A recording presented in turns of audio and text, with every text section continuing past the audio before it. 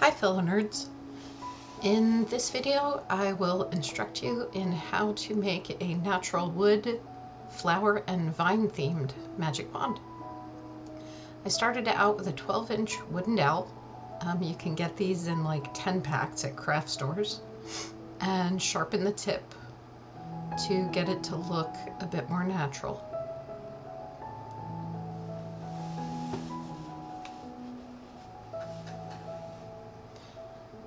I roughed up about the first 2 or 3 inches of the dowel and put lines in it just to make it look like natural wood bark texture.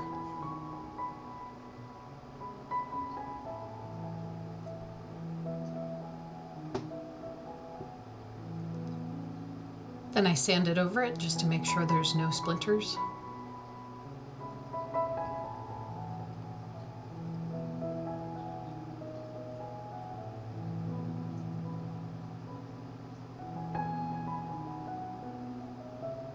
Next I put the end on, which is a big white flower. I'm using a fairly heavy gauge wire and wrapping it around the tip.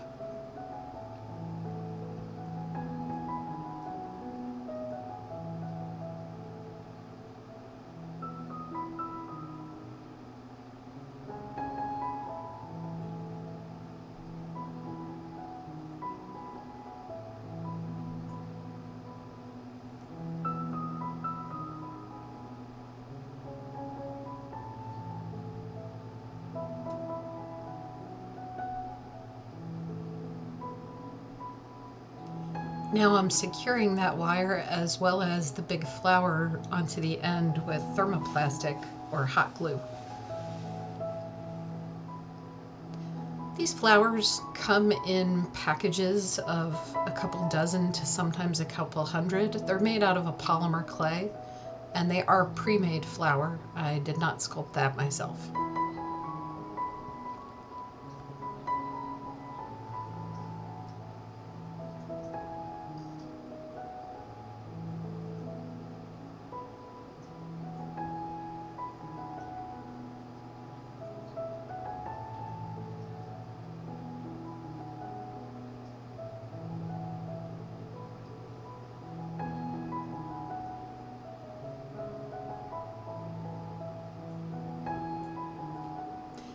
Then I covered the whole dowel with a layer of thermoplastic just to start thickening it.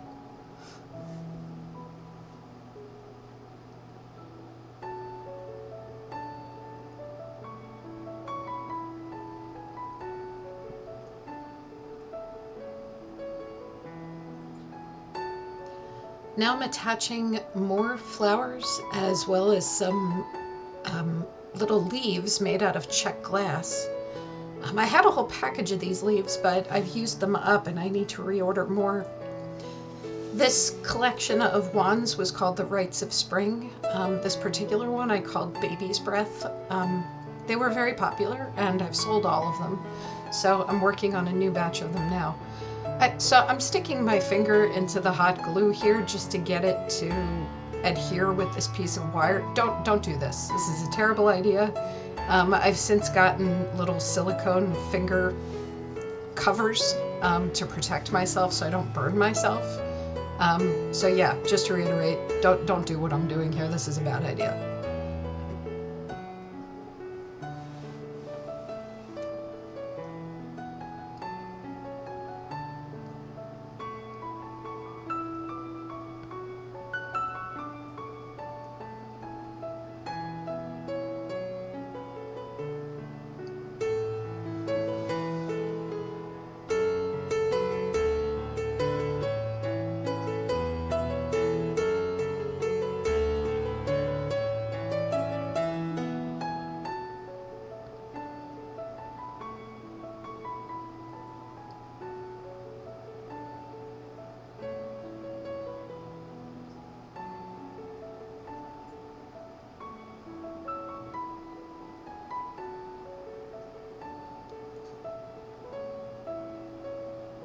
This little metal charm that I'm adding is a birdhouse. I just thought it was cute and it went nicely with the flower garden theme that I had going on.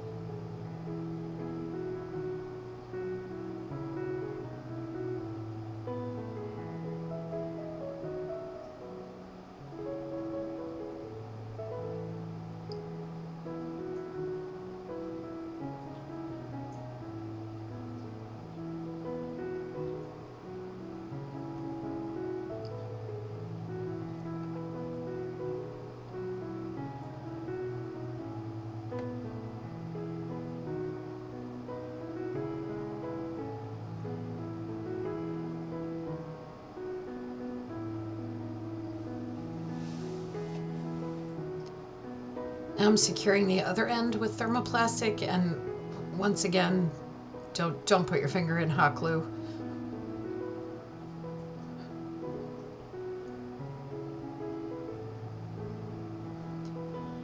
Now I'm using the thermoplastic to cover up all of the wire. So I put an entire layer of it over the whole thing and went around all of the flowers. So that it looks like the flowers and leaves as well as the little charm are growing out of the handle, but none of this wire is going to show in the finished product. It will all be covered up with thermoplastic and then paint.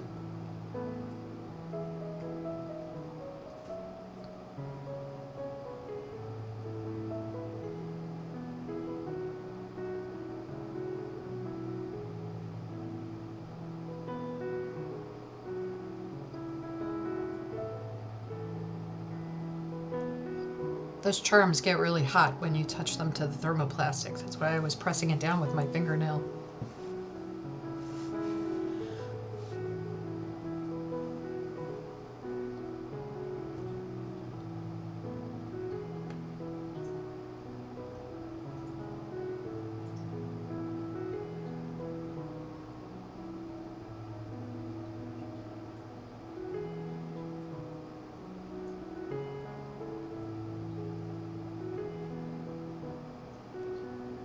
So now I'm putting the vines on. The way I did that with this particular wand was to make a vine out of thermoplastic and then sprinkle it with crushed stone or sand. This particular sand was white, but the color isn't really important because I am going to paint it.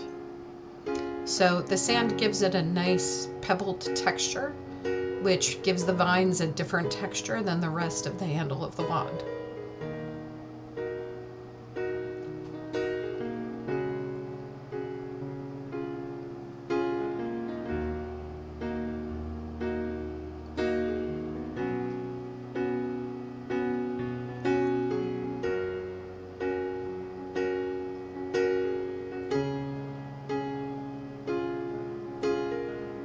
I'm just making some decisions and deciding where I want the vines to appear on the handle.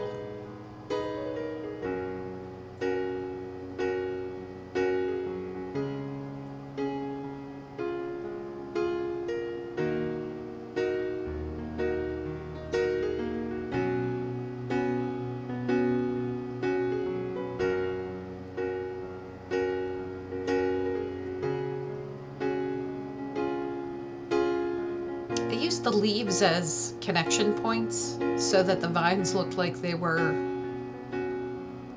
emerging from the leaves. And at this stage, I'm brushing the excess sand off of everywhere the vines aren't. I want them to have a texture, but I want the handle to have a different texture. So all of that excess pieces of sand, I had to brush it away with a dry paintbrush.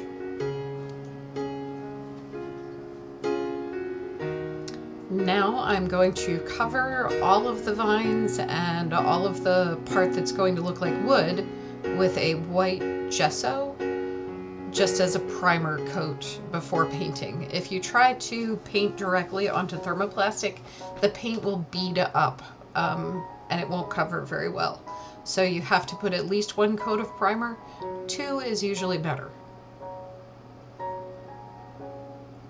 Also, I have to be very careful not to knock the sand off. The paint is going to adhere the sand so that it's not going to fall off in the future, but at this stage, it's still possible to knock it loose. It's not very tightly adhered to the thermoplastic yet.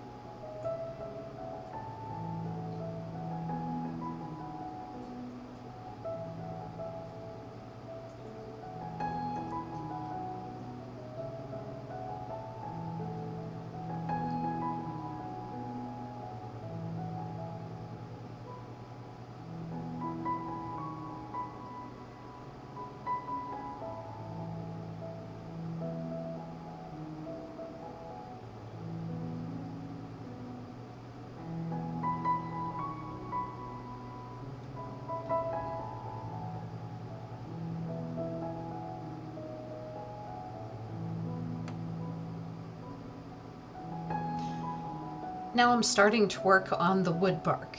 So I begin with a layer of dark brown, and I watered this paint down a little bit just to make sure that it flows nicely in all the little nooks and crannies on the parts of the handle that I want to look like natural wood.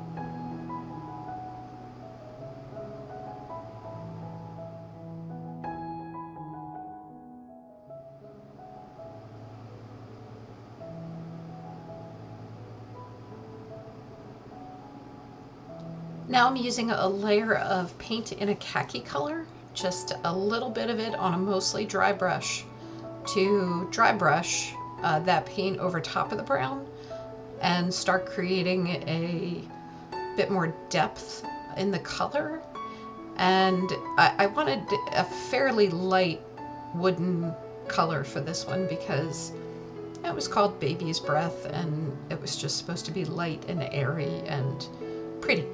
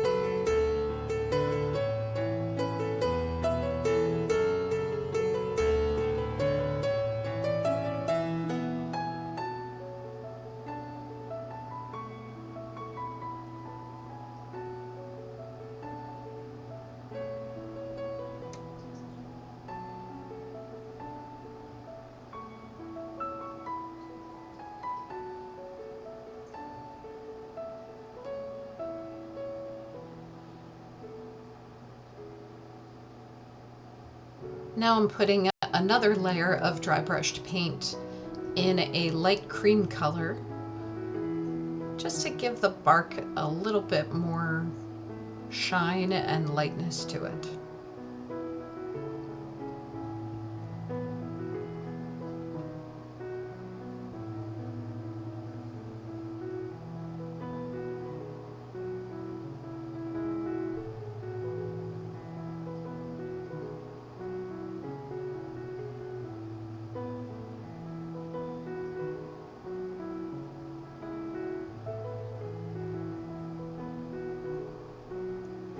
Now I'm painting the vines.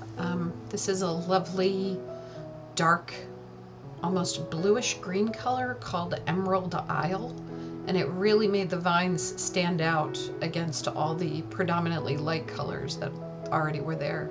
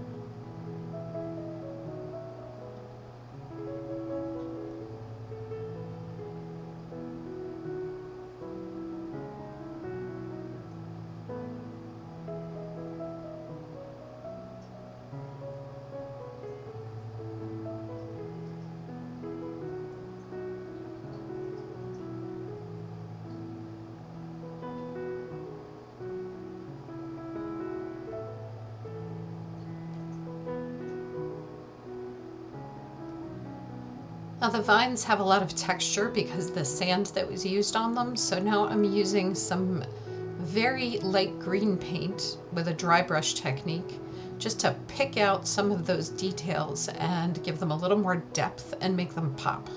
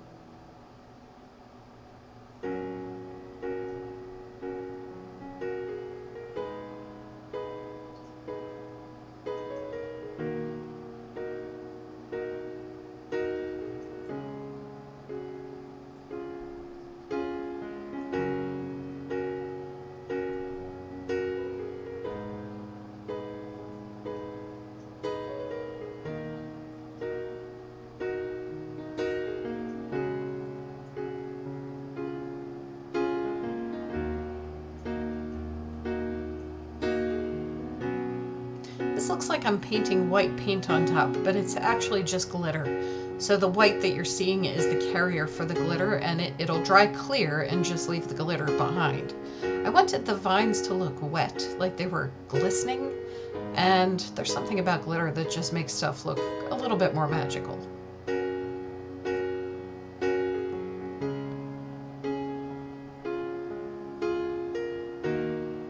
I also added it to just the top flower to make it shine and glimmer a bit more.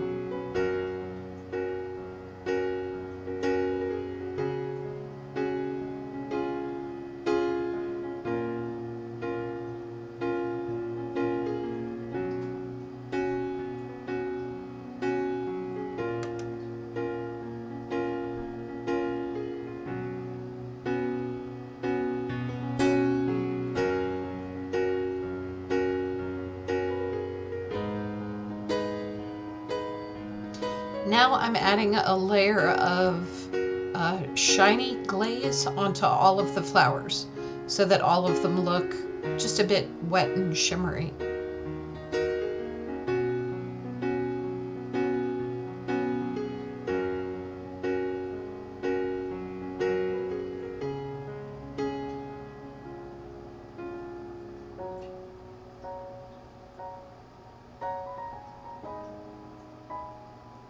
And finally, I'm putting a layer of matte varnish onto the vines and bark part of the wood. I didn't want them to be shiny. I wanted them to have a nice matte finish, but I also wanted them to be protected. So yeah, this is just a matte varnish that I'm covering everything up with. And this is the last step.